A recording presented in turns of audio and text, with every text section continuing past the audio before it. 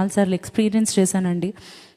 చాలామంది నన్ను అడుగుతూ ఉంటారు, సిస్టర్ ఇలాగా ఐక్యత నేను కాపాడుకోవాలని నేను నా ఫ్రెండ్స్తో I'm trying to reconcile with them, కానీ వాళ్ళు ఏం చేస్తున్నారంటే నాతో మాట్లాడట్లేదు, లేకపోతే నేను ఎంత ట్రై చేసినా చాలా హార్డ్ హార్టెడ్ అయిపోయారు, కఠిన హృదయాలు అయిపోయారంటే వారితో మాట్లాడడానికి ప్రయత్నించండి, తర్వాత వారి కోసం ప్రార్థించండి.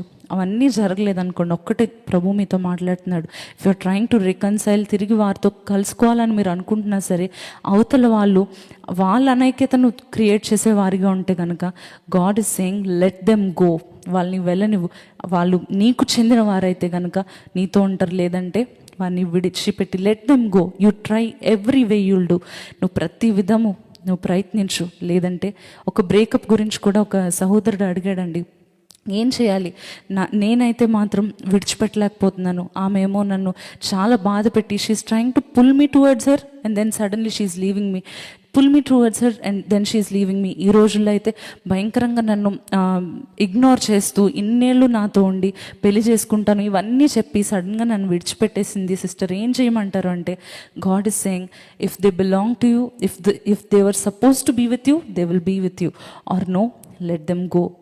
వారిని ఏమనదు, అవమానించకూడదండి. అవమానించకుండా, వారిని అసహించుకోకుండా, వారిపైన చేదు పెంచుకోకుండా, వారు వెళ్ళిపోవాలనుకుంటున్నారా, లెట్ దెమ్ గో.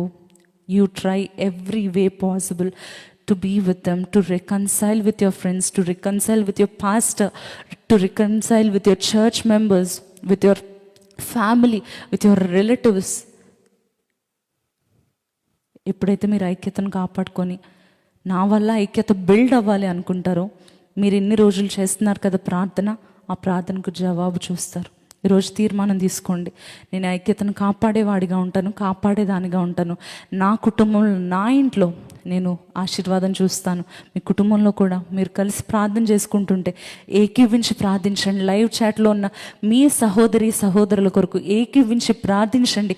ఐక్యతను కాపాడుకోవడానికి ఇష్టపడండి. ఎప్పుడైతే కాపాడుకుంటారో తప్పకుండా ప్రార్థన జవాబు, ఆశీర్వాదము మీరు చూస్తారు, ఆరోగ్యం మీరు చూస్తారు.